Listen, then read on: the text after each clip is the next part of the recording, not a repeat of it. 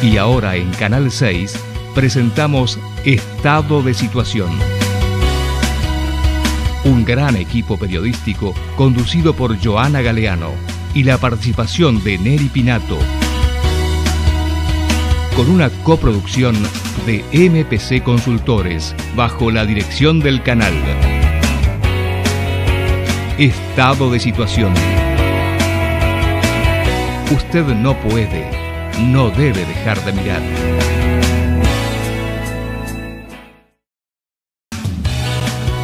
Y ahora en Canal 6 presentamos Estado de Situación.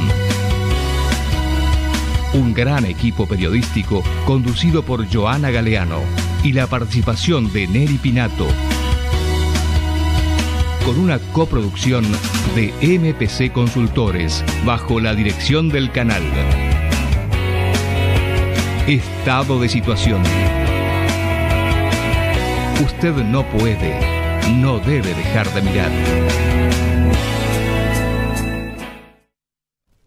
Muy pero muy buenas noches amigos, bienvenidos a otra edición de Estado de Situación TV Durazno aquí por la pantalla de Canal 6. Agradecer los mensajes del programa pasado, fue todo un éxito, agradecerles porque realmente el apoyo es impresionante, agradecer a cada uno de ustedes que nos mira, no solamente por Canal 6, sino a través de Facebook, recuerden, ponen Canal 6 HD y bueno, ahí nos transmiten en vivo, Vera TV y o por su canalera aquí de Cablevisión, de Givisión TV Cable. Agradecer a Tienda Diabón que me viste para esta noche, bueno, hoy venimos bastante cómodo, con una musculosa, un color dorado, bueno, muy lindo para la noche, con un jean de la línea Agustina. Recordad que Tienda Diabón está en Batalla de las Piedras y Batalla Rincón frente al Jardín 91. Con unas botas, unas botinetas que están muy de moda, combinado con el jean, así que agradecer a la Tienda Diabón por cada martes, bueno, que tratamos de mostrar lo que es la nueva colección 2018 en esta primavera que pareciera verano, ¿no? Porque la verdad que tenemos unas temperaturas realmente muy húmedas, ¿no? Agradecerle a Alejandra Falcón, mi peluquera allí en Zorrilla 454, bueno, que me hidrata y me mantiene el cabello espléndido para venir aquí a nuestro programa. Recuerden, 092-762-158 son las líneas de comunicación. Recuerden que envían su mensaje de texto, WhatsApp o el mensaje tradicional y participan por 1 metro de mozzarella, gentileza de los amigos de Parrillada como en Casa en 18 de julio frente a Magisterio. Bueno, si usted envía su comentario, su opinión, además participa por una mozzarella. Agradecer, bueno, a todo el equipo aquí técnico del canal. Bueno, hoy tenemos en esta noche invitados de primer nivel. Como lo dijimos el martes pasado, ya se encuentra en nuestros estudios y ya vamos a comenzar a charlar con el señor fiscal Enrique Viana y también con Gustavo Salle, abogado penalista que ya ha estado en nuestro programa, pero bueno, lo volvimos a citar porque surgieron muchísimos temas, sobre todo lo que fue en el verano, lo que fue la movilización del agro y bueno, muchísimas novedades que hemos tenido no muy deseables para los uruguayos, pero bueno, vamos a tratar de entender también lo que es el nuevo Código de Proceso Penal. Hacemos una breve tanda y ya comenzamos con nuestros invitados. Estado de Situación. Un gran equipo periodístico conducido por Joana Galeano y la participación de Neri Pinato. Estado de Situación.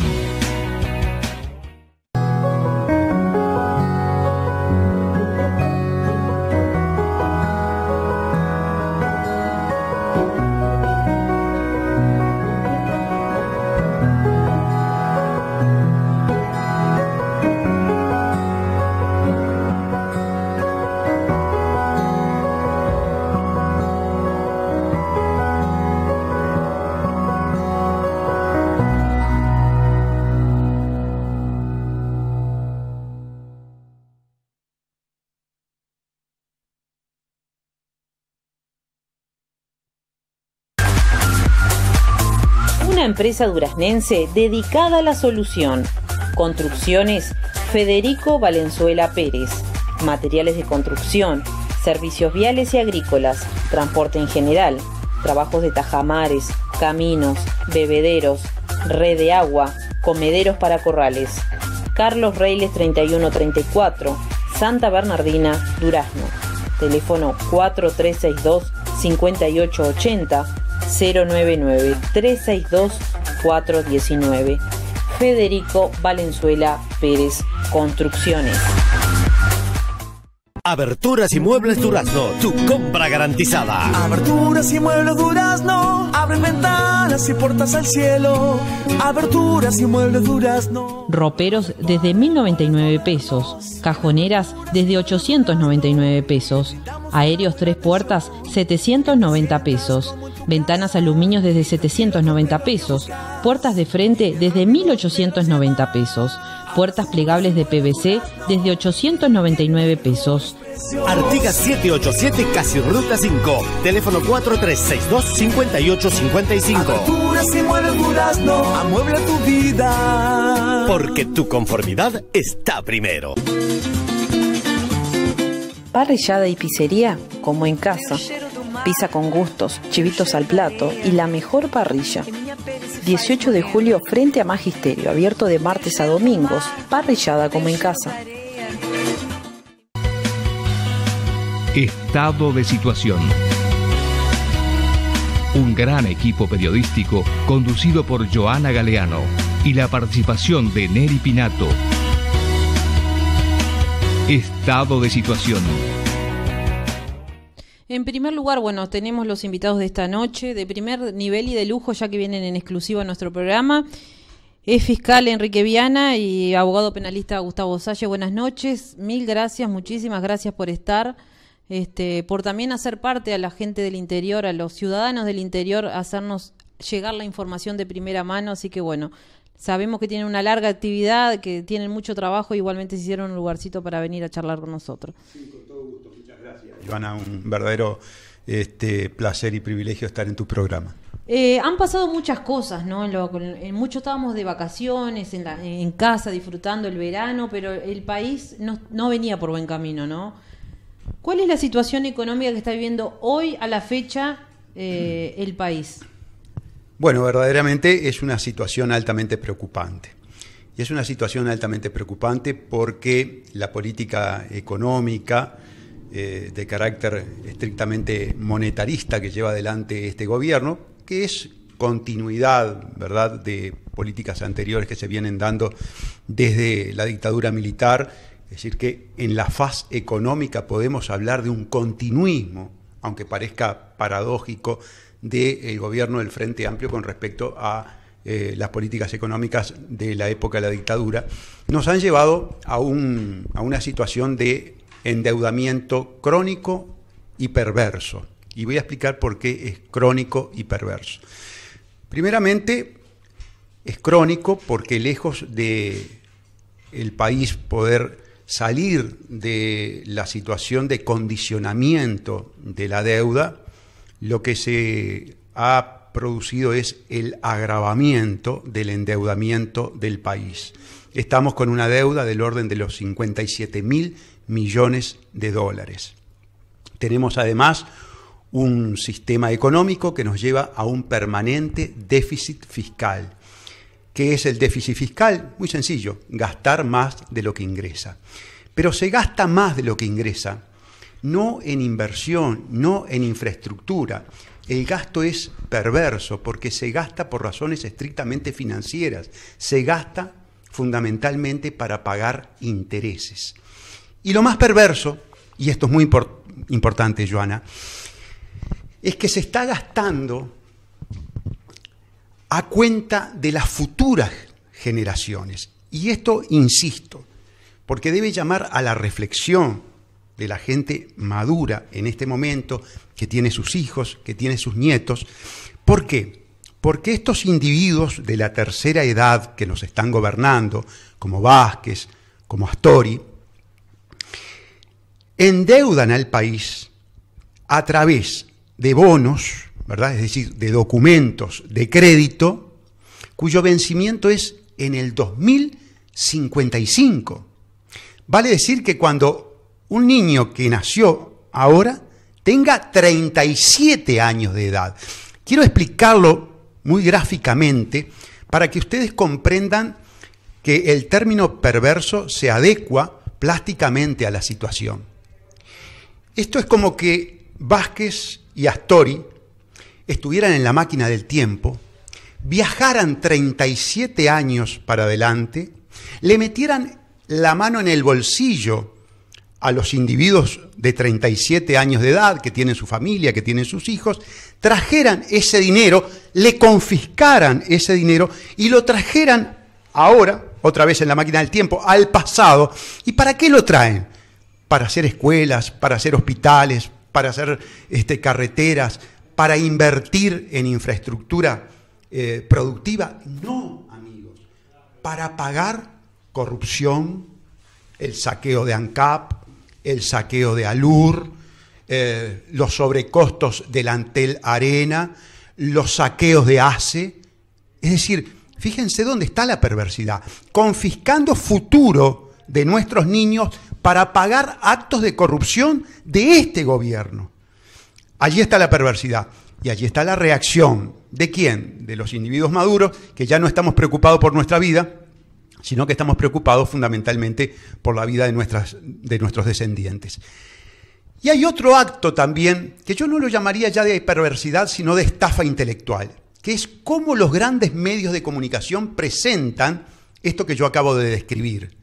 Nos dice el diario El Observador, cuando Astori sale a pedir 1.750 millones de dólares prestados. El diario El Observador nos dice que la oferta de los prestamistas superaba prácticamente en 6 veces lo que estaba pidiendo Astori. Esto es algo así como que las financieras, estas que salen a hacer propaganda por los medios de comunicación, permanentemente estuvieran acicateando a la gente, estimulando a la gente para que la gente se endeudara. Y se endeudara, siguiendo el ejemplo que habíamos dado, para pagar actos de corrupción. Entonces, no me pongan como algo positivo que el especulador, que el usurero tenga avidez de dar préstamos, porque eso es lo más normal del mundo, Joana. Que el usurero quiera endeudarte es lo más normal del mundo.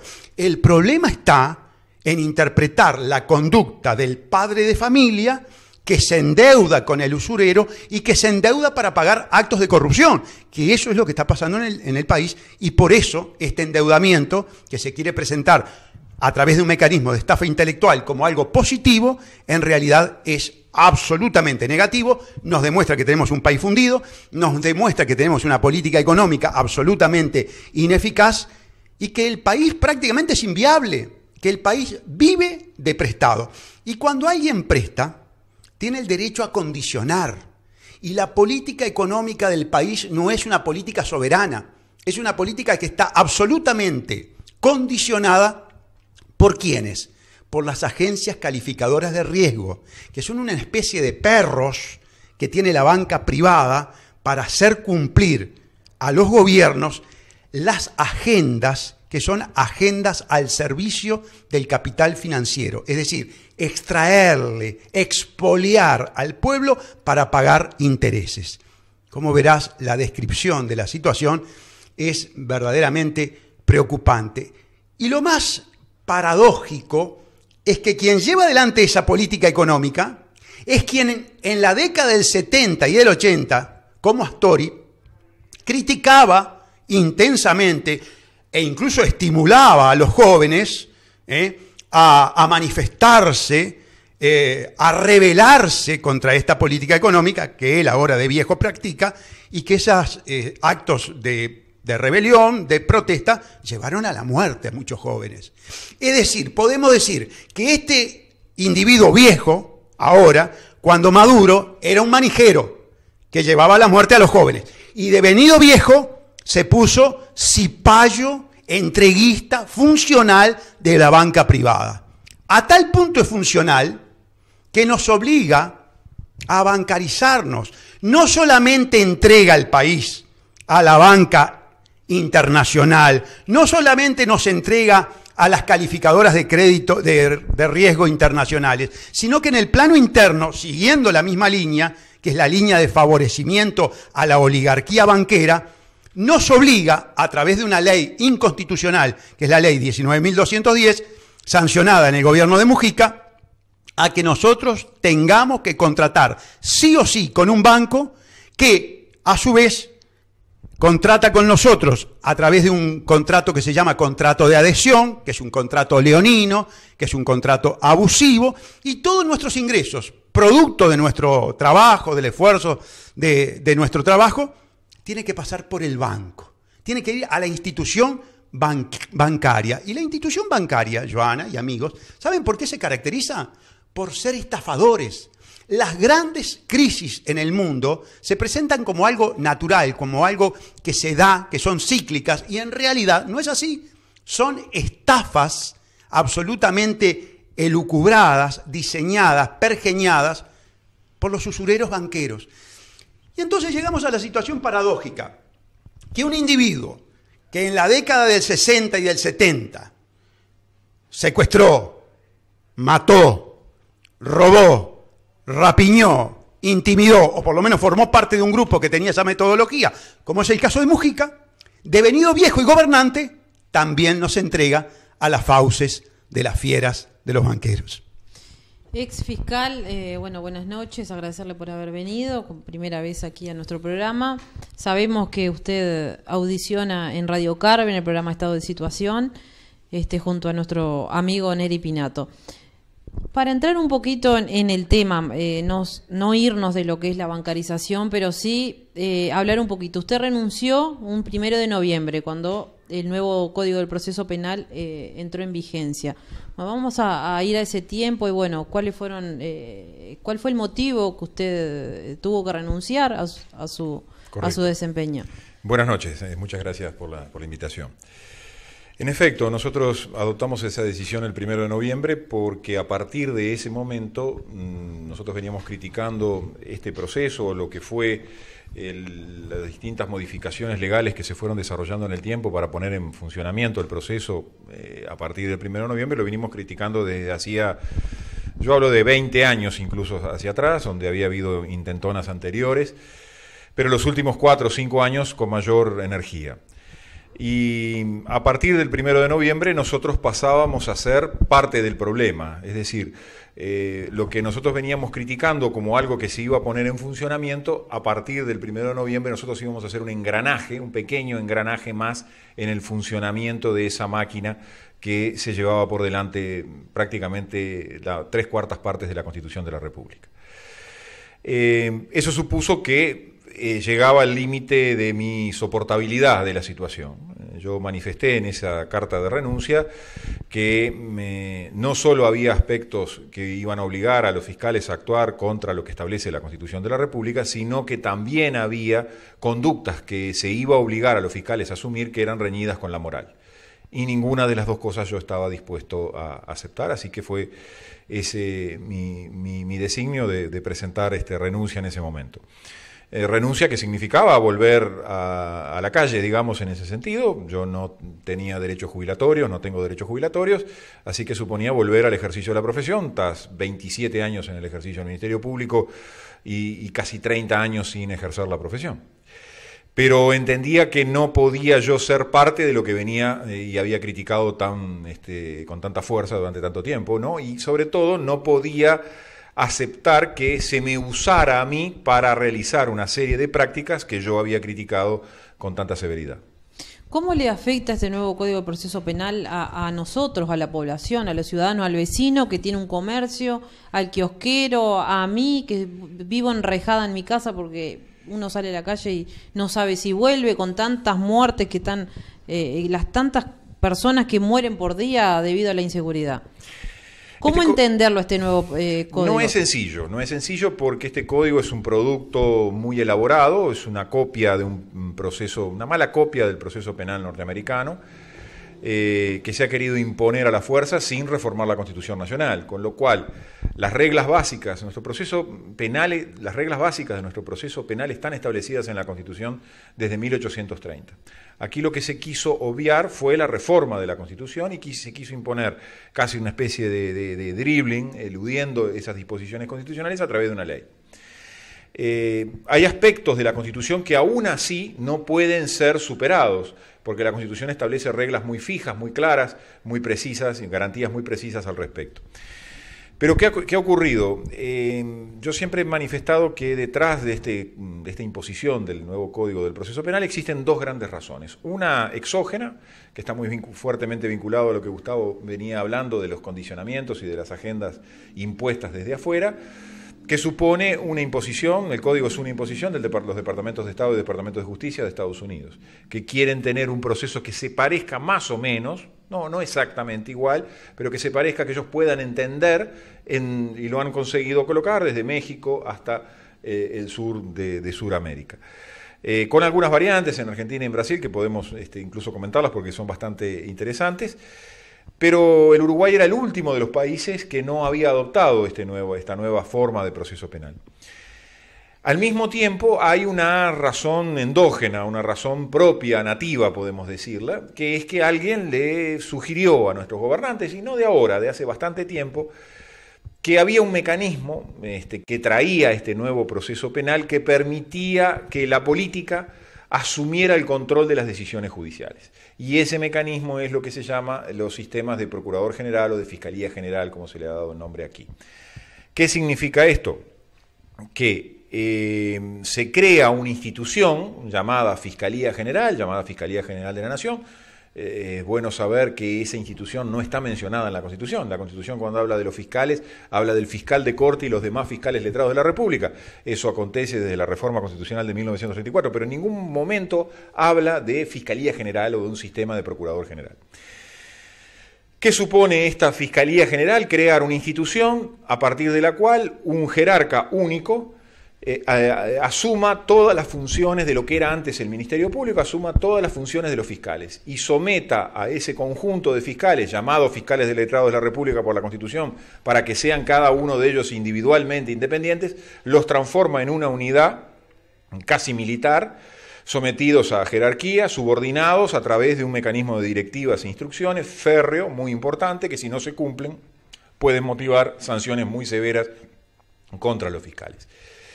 Todo esto se hace también pasándole por arriba a la Constitución de la República. Favoreciendo obviamente el gobierno de turno, ¿no? Favoreciendo al gobierno de turno porque... No a los ciudadanos, en este caso. Esta agencia, los fiscales, lo que favorecía a los ciudadanos era la garantía de enfrentar a fiscales independientes, como la que estaba creada a imagen y semejanza de la independencia de los jueces, la imparcialidad de los jueces. A partir de este momento los fiscales ya no dejan de ser independientes, pasan a ser dependientes de la decisión de ese fiscal general. A su vez, esa Fiscalía General queda colocada como una agencia política del gobierno.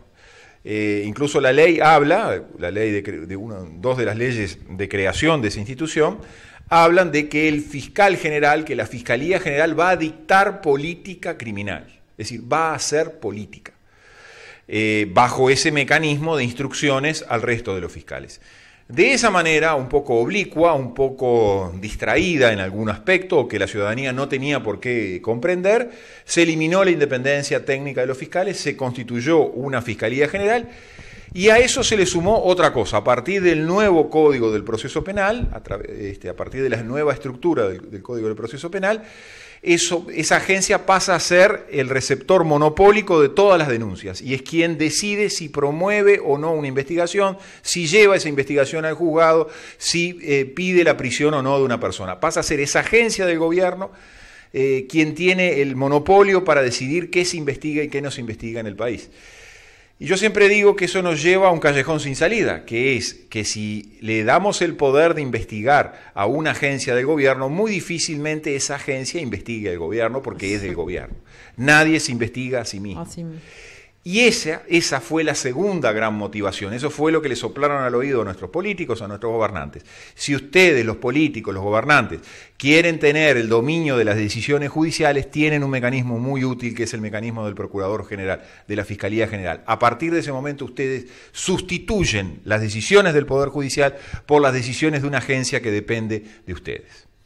En ese puzzle, ¿dónde queda el actuar de la policía? La policía ha quedado, como muchos otros, en una situación de desconcierto muy importante. Aquí se da incluso una hipótesis que la otra vez alguien me hacía referencia. En realidad tenemos una especie de Ministerio del Interior bicéfalo, con una doble jefatura. Porque, por un lado tenemos al ministro del Interior, Bonomi, pero por otro lado tenemos al fiscal general, el doctor Jorge Díaz, a quien se colocó a la cabeza de ese organismo, de esa agencia política llamada Fiscalía General, que tiene una superintendencia, ya no solo sobre el accionar de los fiscales, sino sobre el accionar de los fiscales cuando actúan con los policías en forma coordinada. Incluso se obliga a los fiscales a trabajar prácticamente en un consenso, en una forma de coordinación permanente con los policías. Entonces, allí se produce una suerte de doble jefatura sobre los policías.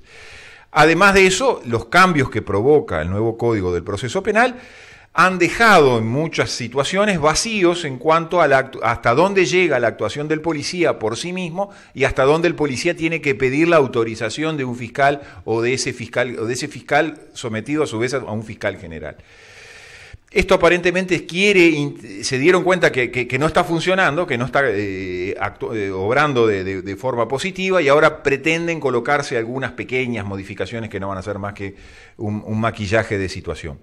Pero el policía se encuentra en una situación de desconcierto. El policía que ya no tenía mucha confianza en los jueces, vamos a ser sinceros, a veces con razón y a veces sin razón, ahora tiene que responder a una institución nueva que no conoce, tiene que tomar decisiones y enviar el conocimiento ya no al juez, con la experiencia que tenían los jueces en el Uruguay, sino enviarlas a un conjunto de fiscales, y muchas veces termina desilusionado, frustrado, porque los fiscales no tienen la capacidad de responder a la demanda de delitos que existen en el país y el policía queda en el medio entre la gran demanda de delitos y la inacción de los fiscales que no tienen muchas veces los mecanismos adecuados para poder actuar. Sería muy largo explicar, pero el código coloca una situación muy embarazosa a los fiscales. Los obliga muchas veces a llevar asuntos al juzgado sabiendo que en lo inmediato, cuando va a disponerse la prisión de la persona, allí no va a tener que hacer la prueba y la prueba la va a tener que hacer 3 o 4 meses después. Entonces los fiscales tienen mucho miedo porque dicen, primero que la Constitución dice que para meter presa a una persona hay que recoger la semiplena prueba y yo tengo que exponérsela al juez y el juez tiene que tomar convicción de esa semiplena prueba que se le expone o que se realiza delante de él. Ahora el nuevo proceso no, basta con que la Fiscalía anuncie que tiene un conjunto de evidencias para que el juez pueda disponer la prisión. El juez la podrá disponer, pero el fiscal asume un riesgo muy importante, que cuando vaya a hacerse esa prueba, que antes se hacía antes del procesamiento, ahora la va a tener que hacer 3 o 4 meses después, es muy probable que esa prueba se caiga, se desvanezca o que nunca haya existido. Entonces, ¿qué es lo que sucede allí? Vamos a tener una persona privada de libertad, presa, indebidamente, porque luego no se va a poder comprobar que participó o tuvo alguna participación en la conducta delictual que se le imputó inicialmente. Y eso supone una responsabilidad del Estado, pero que luego se va a traducir en una responsabilidad que va a ir al bolsillo del propio fiscal que se equivocó, entre comillas, porque creyó tener algo que 3 meses después se le cayó y se le desvaneció. Entonces los fiscales no se animan tampoco a llevar muchos asuntos ante el juez.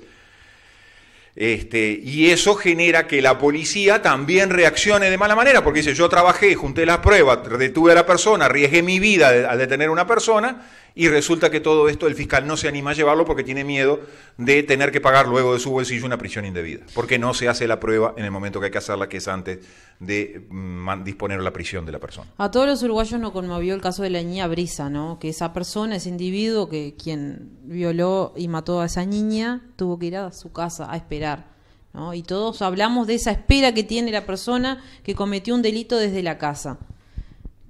¿Cómo se explica esto?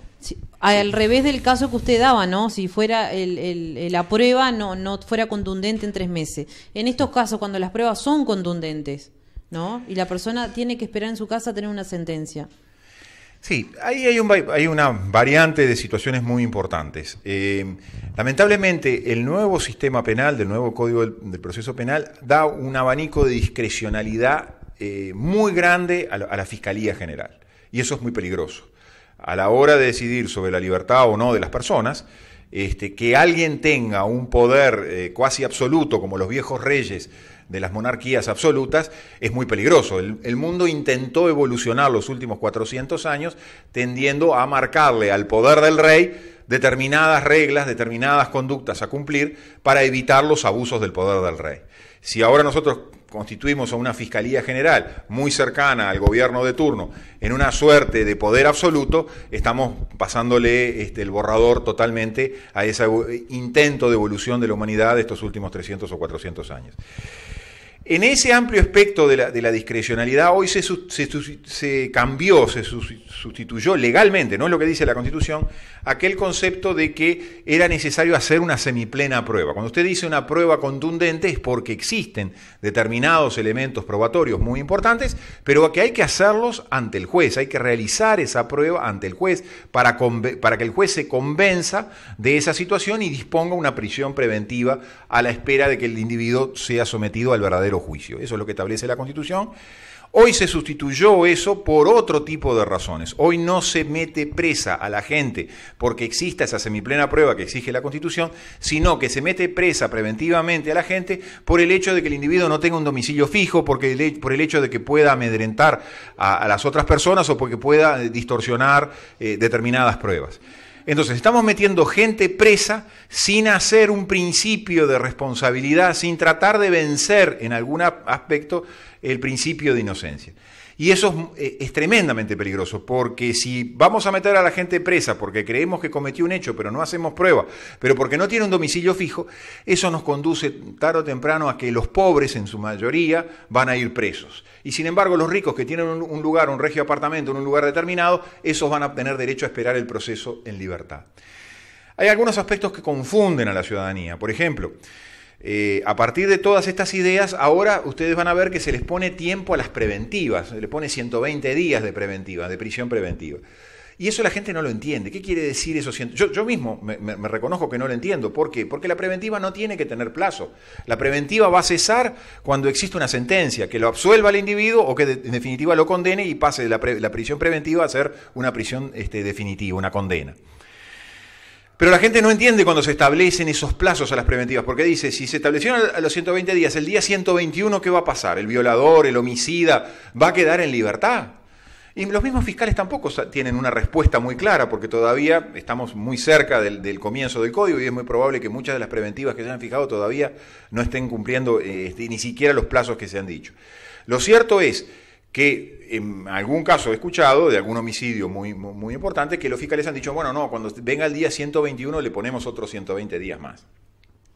Son esas cosas que vienen traídas de afuera, que se han impuesto sin mucho sentido. Nuestra Constitución establece claramente en el artículo 27 que cuando en determinadas gravedades, determinados hechos, los delitos que tienen pena de penitenciaría o que se presume que van a tener pena de penitenciaría, allí la prisión preventiva es preceptiva. Así que no hay que entrar en estas cosas que ingresó la ley llevándose por delante una disposición constitucional tan clara como el artículo 27. Con respecto a desde el momento que ingresó el nuevo código, a los días Bonomi salió a decir que habían bajado las rapiñas. Digo, cuando todos en la calle, todos los uruguayos vemos que nos arrebatan cada 10 segundos, cuando a un almacén o con un arma, una farmacia, suben los videos a las redes sociales que hasta han matado hasta cajeras, hasta personal de ¿cuál es la lógica que se usa? ¿Cómo se miden en tan poco tiempo decir que hayan bajado de rapiña en cuestión de 10 días? Hoy es muy difícil creer en todos esos aspectos estadísticos, porque sea el lugar donde se toma el dato estadístico, sea la denuncia, sea la investigación policial, sea la actuación de la Fiscalía, sea incluso la formalización o la judicialización del asunto, según donde usted lo tome va a tener números distintos, naturalmente distintos. Pero creo que hay una cifra que es inconmovible, que es el número de homicidios que se vienen registrando de lo que va del año, ¿no? Y eso no miente. Lamentablemente usted podrá mentir en el número de rapiñas o podrá falsear o según el punto donde usted tome, las rapiñas le darán 1, 100 o 40. Pero lo que sí no miente son las muertes. Y el número de muertes ha aumentado en una forma muy llamativa. Hoy hubo otro en Colonia, otro femicidio en Colonia. Ahí está. Hay también otra cuestión. Yo soy un convencido de que el código, en el afán de dar determinadas discrecionalidades para conseguir en definitiva impunidad, ciertas específicas impunidades, ¿no? yo vengo sosteniendo que a partir del nuevo código ningún rico va a ir nuevamente preso, que aquello que vimos a los hermanos Peirano con los trajes naranjas detrás de los alambrados de Libertad, eso no lo vamos a volver a ver. Que muchos en aquel momento razonaron, a mí me puede pasar eso, yo quiero que me garanticen un sistema que haga que a mí eso no me pase, que a mí poderoso, a mí jerarca, a mí individuo con dinero, eso jamás me pase como les pasó a los Peirano. Y muchos tomaron nota de eso e impulsan este nuevo código y defienden este nuevo código. Es decir, este nuevo código tenía entre sus propósitos la impunidad de los poderosos. La impunidad de los ricos, la impunidad de los gobernantes, la impunidad de los altos jerarcas, que no fueran a ir jamás presos. Claro está que esto la ley siempre es general y abstracta, y por más que uno establezca o pretenda establecer algunas reglas específicas para un estrato social específico, la abstracción y la generalidad de la ley lleva o conlleva irremediablemente a que esa impunidad se extienda a todos los niveles y no quede solo cercenada o cortada en esa franja. Y eso es lo que ha ocurrido. Si a eso le suma que el sistema, lo que decíamos antes, que los fiscales tienen miedo de llevar los asuntos a judicializar, usted obtiene al final que están desbordados de trabajo porque las asignaciones de trabajo han sido sumamente incorrectas, que no tienen lo que tenían los jueces antes, que era la estructura judicial, que les permitía tener un andamiaje que respondía a la espalda del juez cuando llegaban un conjunto de asuntos a ser investigados. La Fiscalía no lo tiene. Todo eso, toda la sumatoria de cada uno de todos esos elementos y algún otro elemento más ha llevado a que lo que se lleva hoy a los juzgados y lo que termina procesándose o lo que termina procesándose con prisión sea casi un 20% de lo que era antes. Eso traducido, todo esto que vengo diciendo, se traduce en un aumento de la impunidad. Y al mismo tiempo en un incentivo de la impunidad que es percibida por el delincuente común, que dice, bueno, las reglas cambiaron, ahora yo tengo más posibilidades de zafar del cumplimiento de una pena por una serie de circunstancias que voy a tratar de aprovechar y abusar de ellas. Yo te diría, Joana, compartiendo todo lo que ha expresado mi colega, que se podría sintetizar toda esta descripción de la situación de seguridad que vive el país, de crisis de seguridad, con el término terrorismo de Estado. Estamos sufriendo, los uruguayos, terrorismo de Estado. Terrorismo de Estado por omisión y terrorismo de Estado por comisión. ¿Qué es terrorismo de Estado por omisión? Presidente Tabaré Vázquez, por imperio del artículo 168, numeral primero de la Constitución de la República, tiene la obligación, tiene el deber de recrear un clima de orden y tranquilidad, le dice el constituyente. Usted, doctor Vázquez, tiene que tener al país en un clima de orden y tranquilidad. Por ineptitud absoluta de Vázquez y de Bonomi, el país vive una terrible ola de criminalidad. Criminalidad de guante blanco, es decir, gobernantes corruptos que saquean empresas públicas y que no van presos.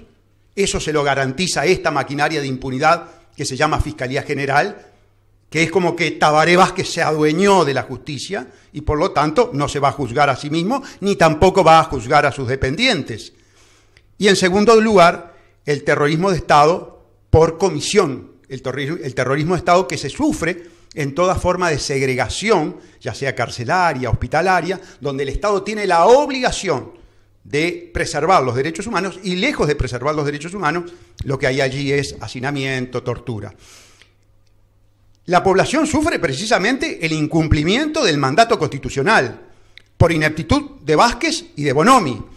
Cuando se interpela a Bonomi por parte del sistema político, en realidad no es una interpelación a Bonomi, es una interpelación al sistema, es una interpelación a Vázquez y Bonomi, actuando precisamente como actúa el Poder Ejecutivo, Presidente de la República y ministros o Consejo de Ministros. Entonces, aquí tenemos un problema fundamental, y el problema fundamental es el incumplimiento de la Constitución. Cuando Vázquez dice, dentro de la Constitución y la ley todo, fuera de ello nada, miente, está mintiendo, porque él no está cumpliendo con la Constitución de la República. Está permitiendo que el uruguayo viva aterrorizado por la criminalidad de guante blanco y por la criminalidad marginal. Pero la criminalidad marginal tiene precisamente como referente comportamental al delincuente organizado, al gobernante devenido en delincuente. Y en ese sentido, los ejemplos que está dando Vázquez son altamente negativos. Cuando Vázquez va a Finlandia y se encierra en un despacho con los directores de UPM y vende los recursos de todos nosotros, encerrado, de espaldas al pueblo, clandestinamente, secretamente, y después sale con soberbia y dice, después que te he firmado el contrato, les voy a informar, cuando él en realidad es un empleado, es un representante nuestro, está dando un muy mal ejemplo. Porque todos tenemos derecho a pensar. Pero ¿cómo? El doctor Vázquez, sin licitación pública, sin transitar por los mecanismos republicanos de control de la contratación estatal, sin respetar lo que dice el TOCAF, es decir, la ley de organización de la contabilidad y finanzas del país, puede hacer un contrato de 4.000 millones de dólares encerrado. Puede poner en zona franca a esta gente y exonerarla de todos los impuestos que los empresarios nacionales tienen que pagar. Puede beneficiar así a un sector mientras golpea a otro, como es el sector del agro, que nosotros vinimos aquí a Durazno en enero a acompañar el movimiento de la gente del campo por un solo Uruguay. Claro que no lo puede hacer. Y cuando lo hace de esa forma clandestina, yo tengo derecho a sospechar. Tengo derecho a sospechar que allí pudo haber conducta criminal por parte del señor presidente de la República. Y por supuesto hemos hecho la denuncia. Pero cuando hacemos la denuncia, ¿qué pasa? Nos encontramos con esta maquinaria que acaba de describir el exfiscal Viana, que es una maquinaria de impunidad, que es una maquinaria que tiene al militante comunista, el ex militante comunista Jorge Díaz, ¿verdad?, del Frente Amplio, que es el dueño de la justicia penal. Ya no existen los jueces penales, ya no existe la Suprema Corte de Justicia. El que decide es Díaz. Y Díaz, en definitiva, está mandado por Tabaré Vázquez. Y en ese sentido está mandado porque la Constitución de la República, aunque parezca mentira, le permite a Vázquez, a través del artículo 197 y 198, mandar a Díaz. Y ahí está el error, la barbaridad de la ley que creó la Fiscalía General como servicio descentralizado, porque permite que Vázquez tenga injerencia en el sistema judicial. Y cuando Vázquez tiene injerencia en el sistema judicial, por supuesto, no se investiga ANCAP, no se investiga UPM, no se investiga LUR, no se investiga Paco Casal y Mujica, no se investiga la corrupción gubernamental empresarial. Y ahí tenemos una situación de impunidad terrible. Y bueno, la impunidad luego comienza a extenderse por ser un mal ejemplo. Y así estamos. Vamos a una breve tanda mientras procesamos toda esta información aquí en Estado de Situación. Recuerden, 092-762-158 son las líneas de comunicación. Breve tanda y regresamos. Estado de Situación. Un gran equipo periodístico conducido por Joana Galeano y la participación de Neri Pinato. Estado de Situación.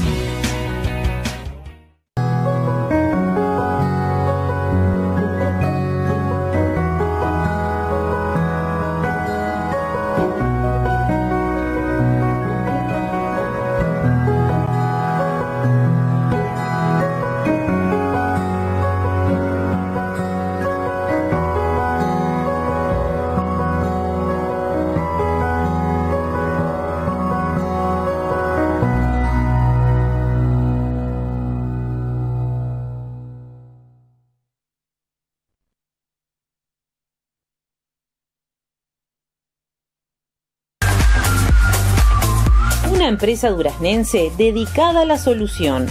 Construcciones Federico Valenzuela Pérez. Materiales de construcción, servicios viales y agrícolas, transporte en general, trabajos de tajamares, caminos, bebederos, red de agua, comederos para corrales. Carlos Reiles 3134, Santa Bernardina, Durazno. Teléfono 4362-5880, 099-362-419. Federico Valenzuela Pérez Construcciones. Aberturas y Muebles Durazno, tu compra garantizada. Aberturas y Muebles Durazno, Abren ventanas y puertas al cielo, aberturas y muebles durazno. Roperos desde 1.099 pesos, cajoneras desde 899 pesos, aéreos 3 puertas 790 pesos, ventanas aluminios desde 790 pesos, puertas de frente desde 1.890 pesos, puertas plegables de PVC desde 899 pesos. Artigas 787 Casi Ruta 5. Teléfono 4362-5855. Aberturas y muebles durazno, amuebla tu vida. Porque tu conformidad está primero. Parrillada y pizzería, como en casa. Pizza con gustos, chivitos al plato y la mejor parrilla. 18 de julio frente a Magisterio, abierto de martes a domingos. Parrillada como en casa. Estado de situación. Un gran equipo periodístico. Estado de situación. Un gran equipo periodístico conducido por Joana Galeano y la participación de Neri Pinato. Estado de situación.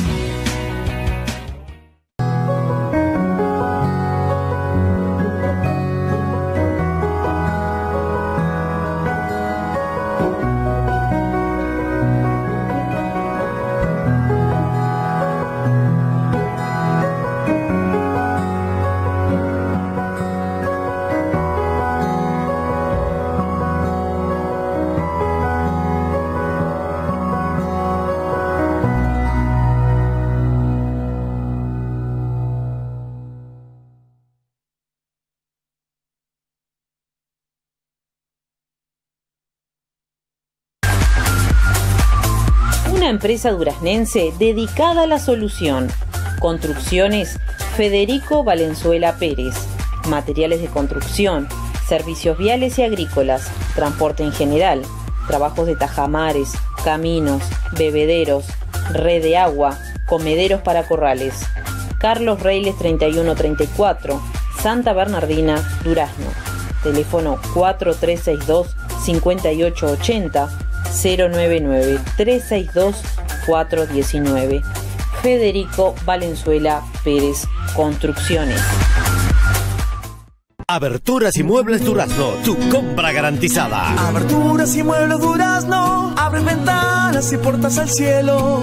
Aberturas y muebles durazno. Roperos desde 1.099 pesos, cajoneras desde 899 pesos, aéreos 3 puertas 790 pesos, ventanas aluminios desde 790 pesos, puertas de frente desde 1.890 pesos, puertas plegables de PVC desde 899 pesos.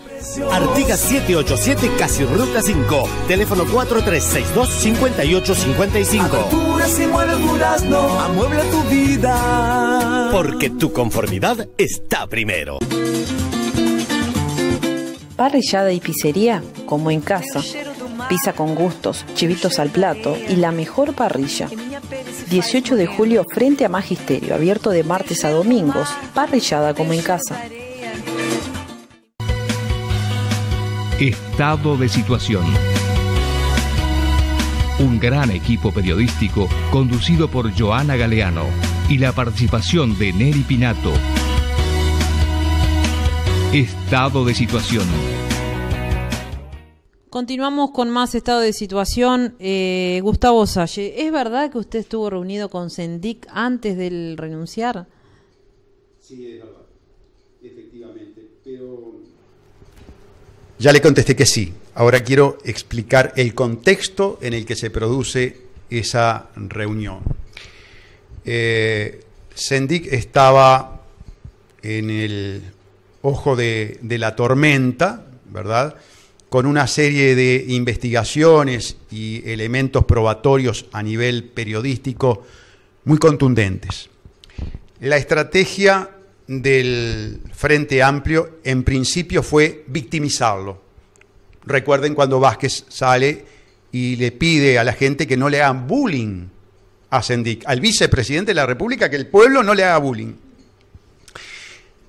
Sigue avanzando la información periodística, siguen avanzando las investigaciones judiciales y cada vez más la situación de Sendic se torna más comprometida con hechos de apariencia delictiva.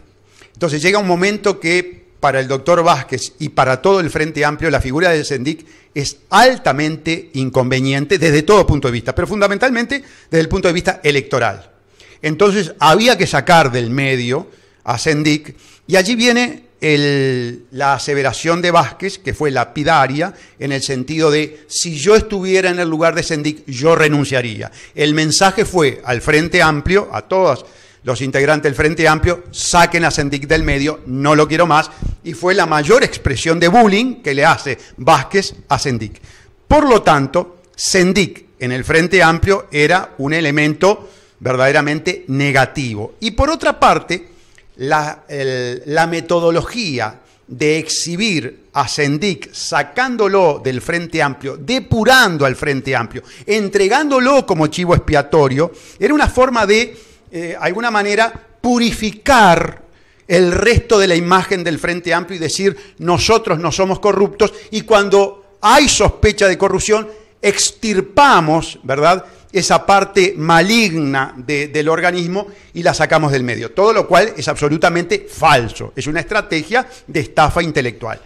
Ante esa estrategia de estafa intelectual, a nosotros nos interesaba, por el contrario, mantener a Sendic en la vicepresidencia y evidenciar que Sendic en realidad era la parte visible de la esencia del Frente Amplio. La esencia del Frente Amplio, ¿cuál es? Haberse convertido en una fuerza política enquistada en el gobierno que es ontológicamente corrupta, es decir, que es esencialmente corrupta. Nos interesaba mantenerlo.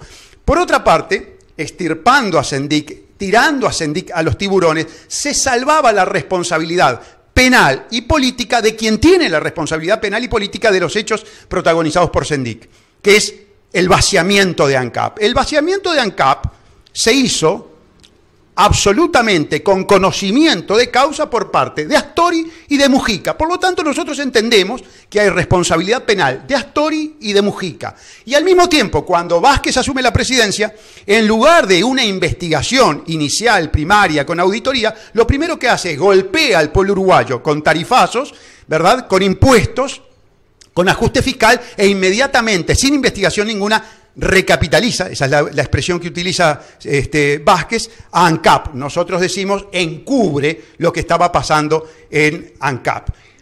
Y Sendic, nosotros salimos a los medios de comunicación después de hablar con él, tenía los misiles, decimos nosotros, tiene los misiles como para poder hundir las tres naves más importantes del Frente Amplio. ¿Cuáles son las tres naves más importantes del Frente Amplio? Mujica, Astori y Vázquez. Vale decir, si Sendic habla, Astori, Mujica y Vázquez van presos. Entonces Sendic acepta la estrategia de permanecer en la vicepresidencia, atrincherarse en la vicepresidencia de la República. Y el día de los comités de base, que si mal no recuerdo fue el 25 de agosto, él sale y dice esta frase: a mí me puso el pueblo la Constitución y la ley, y solo el pueblo, la Constitución y la ley me pueden sacar. Ese fue el mensaje de Sendic al Frente Amplio, como diciendo, me quedo en la vicepresidencia de la República y si me quieren sacar, voy a apuntar los cañones, voy a hablar con respecto a la responsabilidad, a las cosas que yo sé que implican la responsabilidad penal de Astori, de Vázquez y de Mujica. Y repentinamente, un viernes cambia de opinión y presenta la renuncia. ¿Qué pasa allí? ¿Qué es lo que sucede allí? Allí se moviliza el elemento más duro y peligroso que tiene el Frente Amplio, ¿verdad?, que son los brazos gordos del Frente Amplio. Yo estimo que fue amenazado, él y su familia, y al mismo tiempo que se utilizaba la metodología del garrote con la amenaza, estaba la zanahoria del pacto. ¿Cuál es la zanahoria del pacto? Lo que estamos viviendo, que frente a hechos delictivos tan graves, haya un procesamiento en el que el fiscal, que no es un fiscal independiente, que no tiene autonomía para dictar resoluciones, sino que depende de un fiscal general, que a su vez depende de Vázquez, pide un procesamiento sin prisión, pese a la gravedad histórica de este hecho, ¿verdad?, el vaciamiento de la empresa. No se sustancia las denuncias que atienden al vaciamiento, se sustancia el tema de las tarjetas corporativas. ¿Por qué? Porque en las tarjetas corporativas solamente está implicado Sendic. Ahora, mis denuncias, como la de Alur, que implica un sobreprecio de 120 millones de dólares, de la regasificadora, que implican 176 millones de dólares, eso, uno está archivado, el caso de Alur, que el mismo fiscal que lo procesa sin prisión, en el caso de mi denuncia, pide una pericia multidisciplinaria. Esa pericia multidisciplinaria se hace gratuita, se podría hacer gratuitamente por una ley que obliga al Laudelar a hacer este tipo de pruebas, y lejos de realizar la prueba no se realiza por razones burocráticas y archiva la causa sin realizar la pericia. Es decir, no hay interés en investigar esos grandes saqueos, porque allí, en esos grandes saqueos, es donde está la responsabilidad de las 3 naves más importantes: Astori, Mujica y Vázquez. Y entonces, ¿qué sucede? Se sacrificó a Sendic, se pactó la forma en que Sendic se retira. En el pacto, curiosamente, entiendo que está inmersa toda la casta política, la clase política, porque veo una cosa muy curiosa, que Sendic se va, y el día que se va no hay un solo diputado, no hay un solo senador que quiera esclarecer estos temas, que quiera esclarecer el vaciamiento de ANCAP. Se va y renuncia por razones personales, lo cual es falso. Todos los uruguayos sabemos que no renunció por razones personales, que renunció por los actos con apariencia criminal cometidos en el directorio de ANCAP. ¿Y qué pasa que blancos, colorados, independientes y hasta Asamblea Popular le permite que se vaya sin decir agua va? Es decir, es un pacto, ¿verdad?, muy grande. Yo diría que es un pacto que involucra a todos los poderes del Estado, porque curiosamente el Frente Amplio ha logrado eso. Ha logrado dominar en el Poder Ejecutivo, ha logrado dominar en el Poder Legislativo y ha logrado dominar también el Poder Judicial. Por eso nosotros hablamos de golpe de Estado técnico a partir de la famosa ley 19.334 que crea la Fiscalía General. Y cuando se da un golpe de Estado técnico pasa este tipo de cosas. Puede darse el vaciamiento de una empresa pública con un déficit de 880 millones de dólares y que la persona sea procesada sin prisión y que las causas más importantes, millonarias en dólares, no se investiguen, queden absolutamente sepultadas, archivadas. En el día de hoy pedimos el desarchivo de Alur. ¿Qué depara de aquí a las próximas elecciones? ¿Qué otra sorpresa los uruguayos nos podemos llevar? Porque aún falta tiempo para... Bueno, yo voy a dar un pronóstico arriesgado que implica futurología. El candidato del Frente Amplio va a ser José Mujica, el nefasto José Mujica, el individuo que debería estar procesado como está Lula, que quede claro, que quede claro, debería estar procesado como está Lula. Funciona una maquinaria de impunidad que es el que lo tiene al margen, más allá del tema de los fueros, pero debería estar procesado. El nefasto, un individuo que fue nefasto para el país. Un individuo que desde la presidencia de la República dice lo político por encima de lo jurídico, es porque está destruyendo la esencia de la República, la esencia de la democracia, el Estado de Derecho. Bueno, ese individuo va a ser el candidato del Frente Amplio. Y lamentablemente, porque no existe oposición, porque existe colaboracionismo, porque existe falsa oposición, porque existe teatralización de la oposición, es probable que sea el próximo presidente de la República. Es probable. Es probable. Ex fiscal, un mensaje a la población. Todo nos afecta la inseguridad que vivimos, lo mal que está la sociedad. Muchas veces la sociedad está siendo fomentada, ¿no?, a violencia tras violencia, porque la persona que tenga un kiosco en su casa, el comerciante, el empresario chico, que la lucha, que trata de salir adelante, porque sabemos que estamos pasando por una situación donde hay hambre, donde hay gente sin trabajo. ¿Cuál es el mensaje? Lamentablemente el mensaje es que las cosas van a empeorar. Todo está destinado a que las cosas van a empeorar. Parte de lo que ha dicho Gustavo es también la explicación de que existen hoy formas de actuar de nuestros gobernantes que se han legitimado y que son las peores de todas. Yo vengo diciendo que los uruguayos tenemos que acostumbrarnos a cómo funcionan las logias y cómo funcionan los acuerdos entre las logias. Y cuando uno observa, como mencionaba Gustavo, que ningún representante, ningún senador, ningún diputado en esa Asamblea General fue capaz de levantar la mano y decir yo quiero hablar de lo que está pasando en el país, los acuerdos, los pactos, cómo se mueven las logias a través, transversalmente, como se dice, a través de los partidos políticos, demuestran tener un poder muy importante. Yo también sostengo que lamentablemente, no solo en el Uruguay, sino que vemos los ejemplos de Argentina y Brasil, los ejemplos más cercanos, la corrupción se ha vuelto un sistema de ideas, la corrupción se ha vuelto ideología. Y cuando se vuelve ideología, cuando lo político está por encima de lo jurídico, eso quiere decir, cuando de alguna manera se justifican a veces algunos actos de corrupción casi como actos revolucionarios, al viejo estilo de las revoluciones, sobre todo de las revoluciones de izquierda, tenemos que concluir definitivamente que se ha entronizado en el poder lo peor de lo que uno podía imaginarse para lo que servía la política. Siempre se nos habló de la política como algo positivo, desde los grandes filósofos del pasado, como el arte de gobernar. El problema es cuando se gobierna para robar y se roba para gobernar o para mantenerse en el poder. Esa sumatoria de cosas tienen como lado claro oscuro, además de la propia significación de eso, un abandono total de las funciones inherentes al Estado. Cuando nuestros gobernantes están más preocupados por negociar con empresas privadas, que atender los temas esenciales que son la defensa nacional, la tranquilidad interior como la que hablaba Gustavo, la educación, la salud pública, cuando todo está más pensado en cuál va a ser mi próximo viaje a China o mi próximo viaje a Finlandia y no en resolver los reales problemas de la ciudadanía, cuando se cambian las ópticas, bueno, no podemos concluir otra cosa que las cosas van a empeorar. Vamos a algunos mensajes porque tenemos muchísimos mensajes y bueno, queremos dejar participar a los televidentes. Nos dicen impecable el programa, soy Marianela, bueno, muchas gracias por el mensaje. Buenas noches, señora Joana, felicitaciones por el nivel de sus invitados. Iris, bueno, muchas gracias.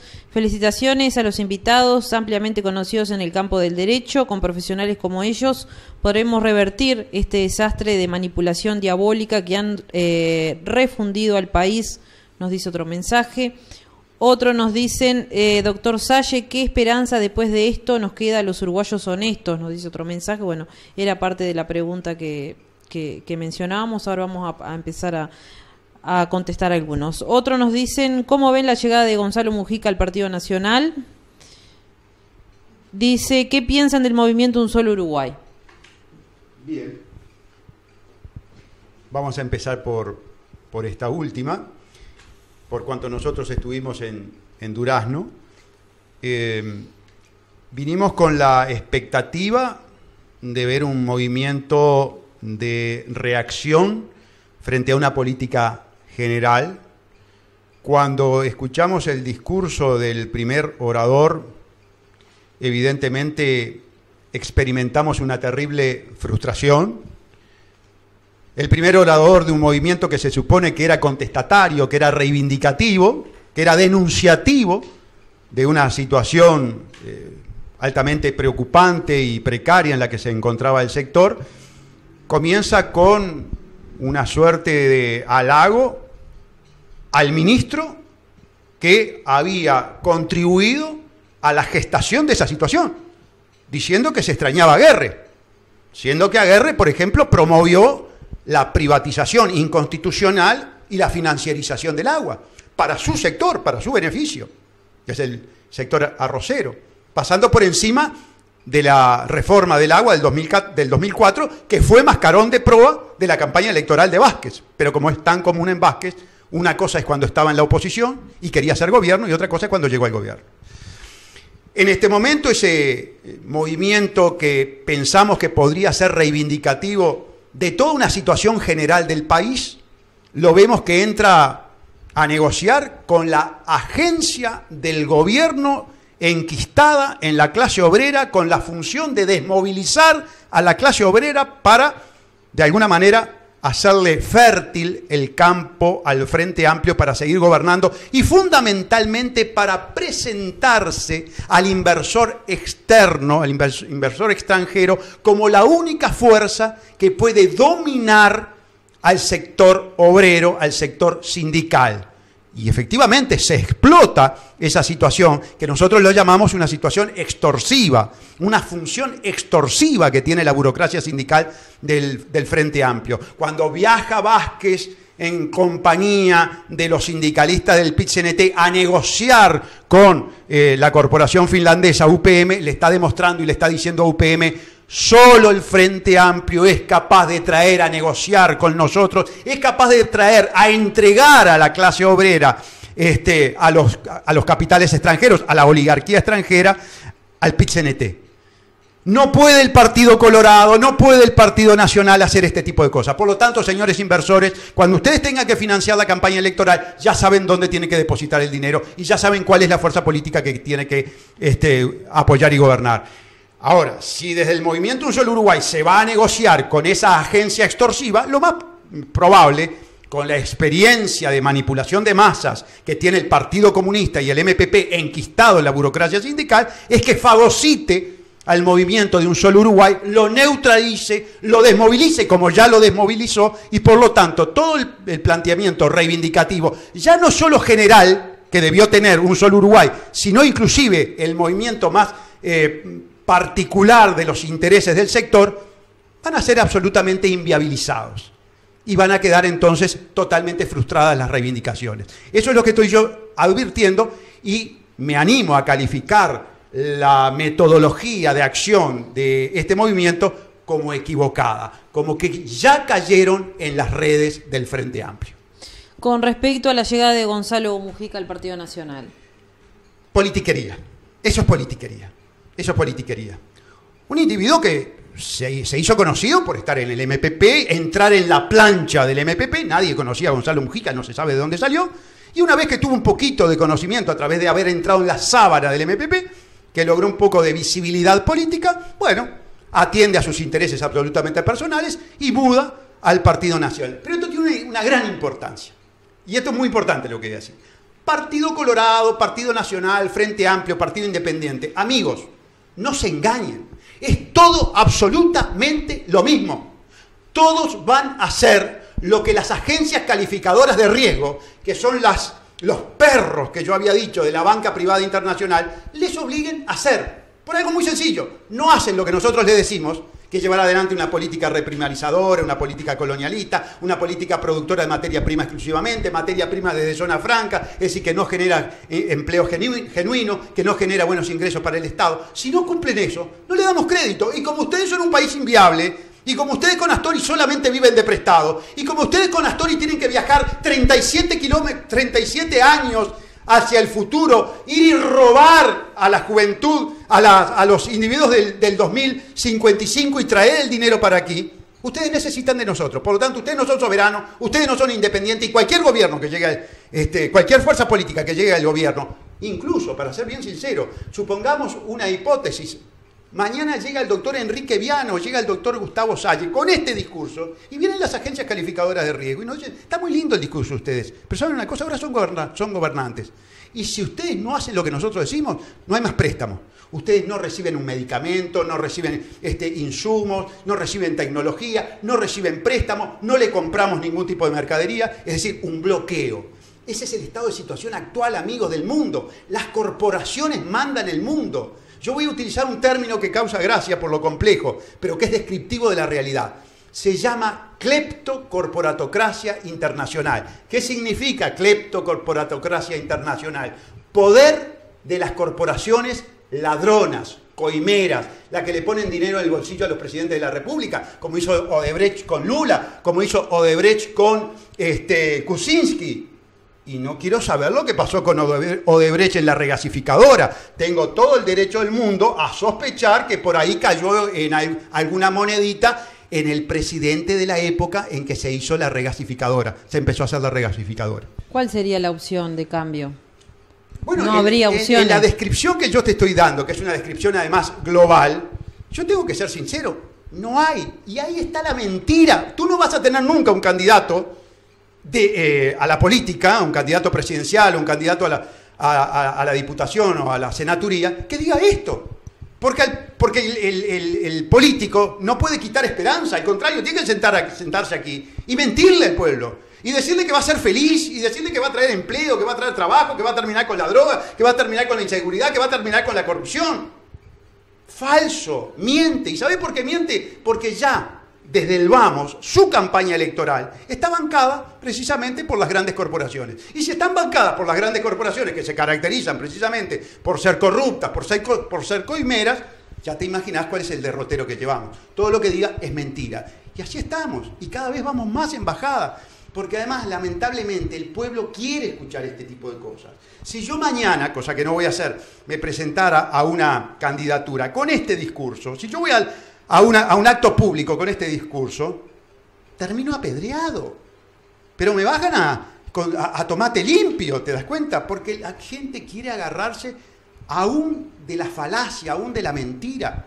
Y esa es la situación que estamos viviendo y por el momento no va a cambiar, porque esta es la mecánica. Este es el sistema, esta es la metodología, que ningún político la va a confesar. Eso que quede claro. Nuestra labor, Joana, amigos, es una labor más bien didáctica. Es una labor de abrir cabezas, de desenmascarar mitos y mentiras.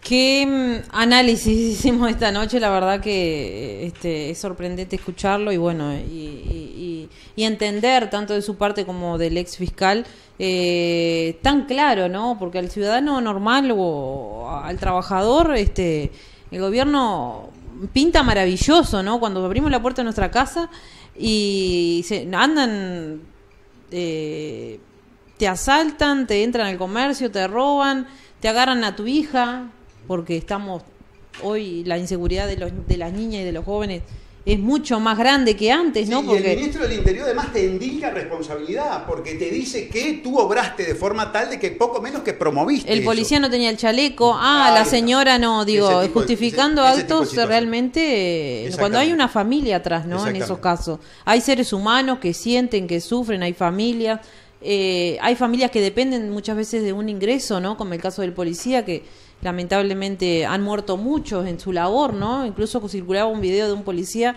que estuvo en un momento donde en una parada de ómnibus un delincuente puso un arma atentando a la bebé que llevaba en brazos y el policía no actuó. Pero, Joana, no actuó porque no tenía las garantías y que después él podía terminar siendo procesado por actuar. Advertí lo siguiente, si será perverso el discurso del oficialismo, del gobierno. Narcotizamos a los jóvenes, legalizamos, este gobierno legalizó la marihuana, que es la puerta de entrada a la adicción, diciendo que era una forma de combatir el narcotráfico. Y observen el estado de situación que tiene el país con respecto al narcotráfico. Hay barrios que están absolutamente gobernados por el narcotráfico en Montevideo. Hay departamentos como La Valleja y Rocha que están inmersos en una guerra de narcos. Es decir, todo lo que prometió el gobierno con respecto al negociado de la marihuana, el efecto fue exactamente el inverso y el que fue advertido por los que estamos en este tema y que con, por ejemplo, forenses judiciales dijimos, la marihuana es puerta de entrada de la adicción. Y efectivamente tenemos una juventud que va camino a la adicción. ¿Y por qué va camino a la adicción? ¿Y por qué el gobierno fomenta la adicción? Porque un adicto es un individuo que está en otro mundo y que todos estos aspectos terrenales, esenciales para su vida, están al margen de su psiquismo, está en otra cosa.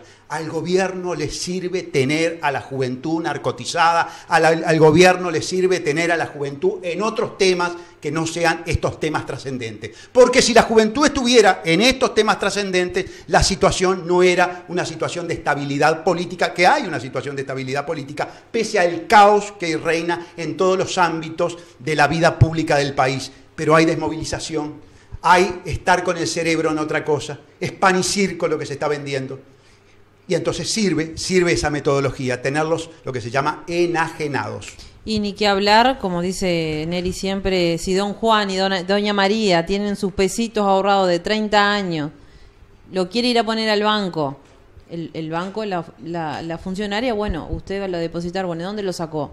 No, yo lo ahorré en mi casa. Bueno, logra traer la documentación que justifica que ese señor, que don Juan y doña María, lo juntaron con su jubilación hace 30 años para mandar a la nieta, a la hija a estudiar a Montevideo, para comprarse una casita, para lo que sea, ¿no? Porque estamos hablando de 10, 15, 20 mil dólares, no estamos hablando de Joana, cifras exageradas. Pero luego yo quiero sacarlo para comprar y tampoco. Claro. Si superan los 5 mil dólares, yo soy una sospechosa de ser lavado. narcotraficante. Usted es sospechosa de lavado por 5 mil dólares. Pero al mismo tiempo, en ese mismo Uruguay, un banco suizo, el Heritage, hace una estafa de 20 millones de dólares. Entienda bien, el banco, la institución que nosotros hemos calificado como esencialmente usurera, estafadora, esencial y ontológicamente criminal, hace estafa de 20 millones de dólares. ¿Dónde estaban los controles?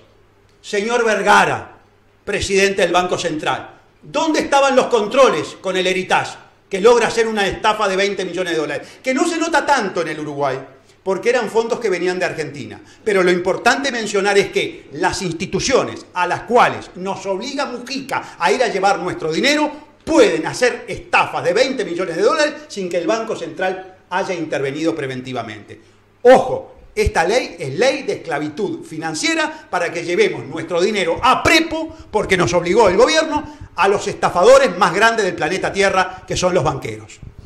Muy bueno el programa, muchas gracias al doctor Sasha y Viana. La verdad me abrió la cabeza, cuántas verdades, que todos callan, nos dice una televidente. También nos estaba mirando María, el saludo grande para ella. Olga también nos está mirando a través de Facebook.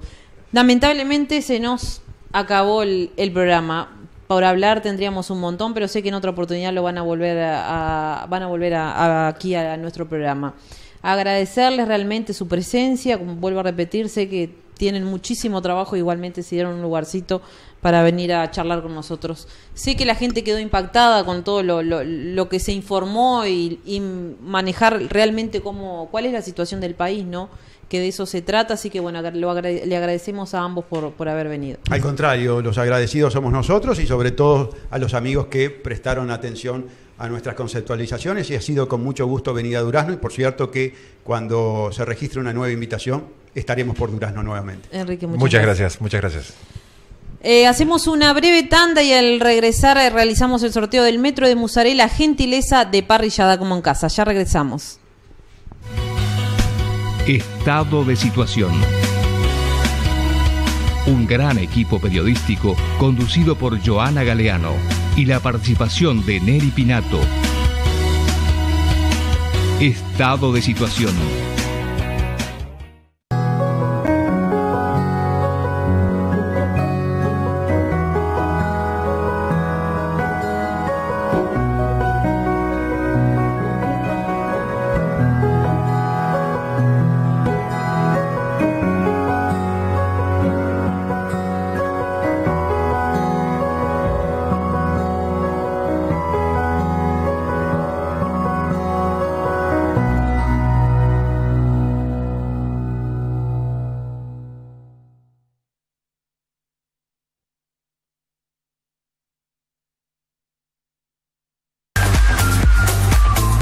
Empresa duraznense dedicada a la solución. Construcciones Federico Valenzuela Pérez. Materiales de construcción, servicios viales y agrícolas, transporte en general, trabajos de tajamares, caminos, bebederos, red de agua, comederos para corrales. Carlos Reyles 3134, Santa Bernardina, Durazno.